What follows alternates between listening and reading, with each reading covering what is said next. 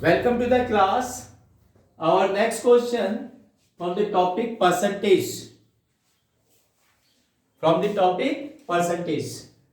Himanshu brought 120 kg of sugar at the rate of rupees 22 per kg. So first you have to calculate the cost of 120 kg sugar. What is the cost of 1 kg sugar? It is 22 rupees.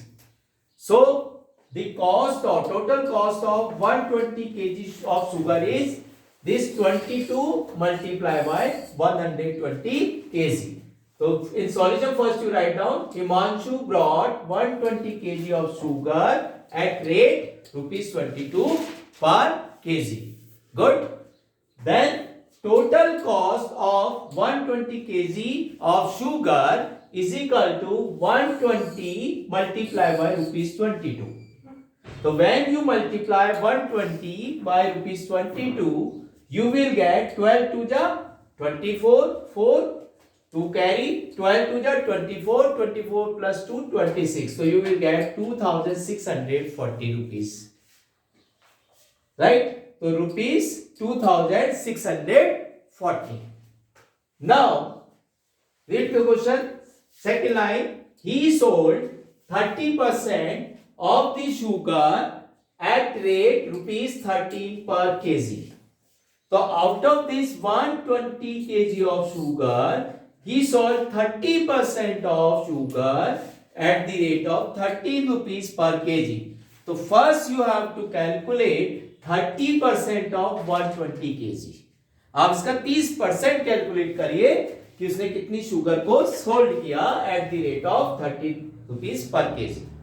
तो 30% of 120 is equal to 30 multiply by percent मतलब upon 100 divided by 100 into of means into 120. So 30 by 100 into 120. 0 to 0 cancel. You simplified it. This 0 to 0 cancel. This 0 to 0 cancel. 12 3 is 36. So how much sugar he sold at the rate of rupees 13 per kg? Rupees 36. So the selling cost or selling price of 36 kg sugar is. तो 1 kg की कितनी cost है? Cost of 1 kg is rupees 30. 13 multiplied by 36. You will get the cost of 36 kilogram of sugar sold by the Himanshu. So it is the selling cost of the 36 kg of sugar. So 36 multiplied by 13. So 13 को 36 से value multiplied it. After multiplication, you will get rupees 468. तो 468. अब इसका snapshot भी ले लीजिए. एक अभी बीच में ले लेना, एक एंड में ले लेना. Okay. Now we continue it. तो सेकेंड लाइन तक कंप्लीट हो गया. अब देखिए. And the remaining sugar at rupees 25 पर केजी. अब जो बाकी की शुगर बची है कितनी बचेगी? 120 he purchase it, sold it 30% that is 36 KG. तो व्हाट इज रिमेनिंग शुगर? तो इस 120 केजी में से इस 36 केजी को सब्ट्रैक्ट कर दीजिए. तो हम लिखेंगे remaining sugar is equal to 120 this one minus this 36 KG. तो 120 minus 36 KG is equal to 84 KG. ठीक है. तो ये आपका 84 केजी आ गया. अब इसको किस रेट पे बेच रहा है? एट द रेट ऑफ 25 पर KG.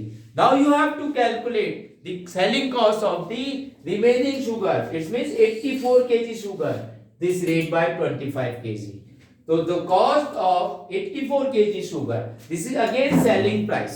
The selling price of the cost of 84 kg sugar is equal to 84 into 25. This is equal to rupees 2100. अब मल्टीप्लाई करके देखिए ये आ जाएगा. तो टोटल सेलिंग प्राइस कितनी हो गई? देखिए उसने 36 केजी तो at the rate of 13 rupees भेजा है और 84 केजी शुगर उसने at the rate of rupees 25 भेजा. एट द रेट का मतलब 1 किलोग्राम शुगर की रेट 25. तो इन दोनों अमाउंट को ऐड कर देंगे तो we will get the total selling price. तो टोटल सेलिंग प्राइस ऑफ कितनी शुगर थी टोटल उसके बाद 120 kg sugar is equal to ₹468 plus ₹2100. When you add it, you will get ₹2568. तो इसको रिवाइज कर लेते हैं कि हमें 22 kg की रेट से उसने 120 kg शुगर परचेज करी, तो परचेसिंग प्राइस या कॉस्ट प्राइस उसकी आ गई ₹2640. फिर उसने 13 रुपीस की रेट से 30% आपका शुगर बेचा है, तो 30% आप कैलकुलेट कर लीजिए, वो आया था आपका 36 kg.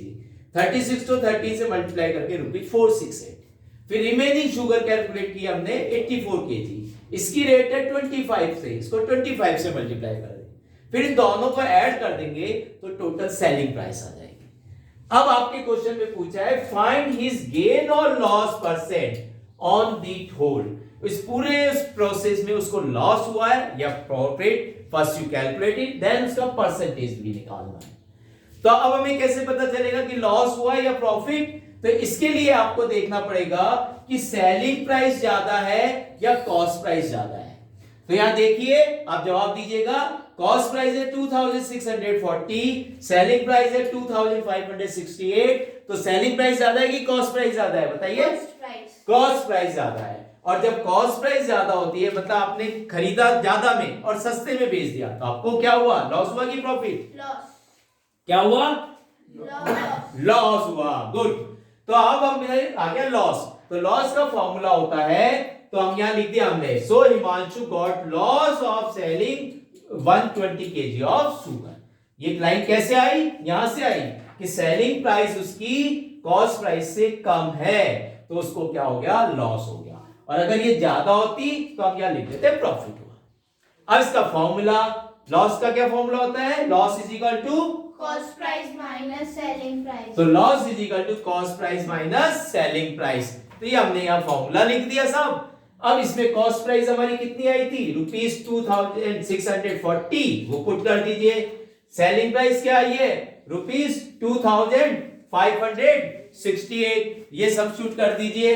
ठीक है, तो आपने यहां कर दिया तो ये आ गया, तो ₹72 आ गया. अब आपको क्या कैलकुलेट करना है? Loss percent. लॉस परसेंट कैसे निकालते हैं? जो हमारा लॉस या प्रॉफिट हो रहा है उसको डिवाइडेड बाय कॉस्ट प्राइस करना है, चाहे लॉस हो तो भी और प्रॉफिट हो तो भी. तो divided by cost price into 100. फिर इसको जब सॉल्व करोगे, अगेन देखो ये 0 से 0 कट जाएगा, फिर ये इससे 720 हो जाएगा. 720 को 264 से आप डिवाइड कर देंगे. जब इसको डिवाइड कर दोगे तो आपके पास 2.72 आ जाएगा. कितना आ जाएगा? 2.72%. तो this is your net percentage loss. Thank you very much. Keep it up.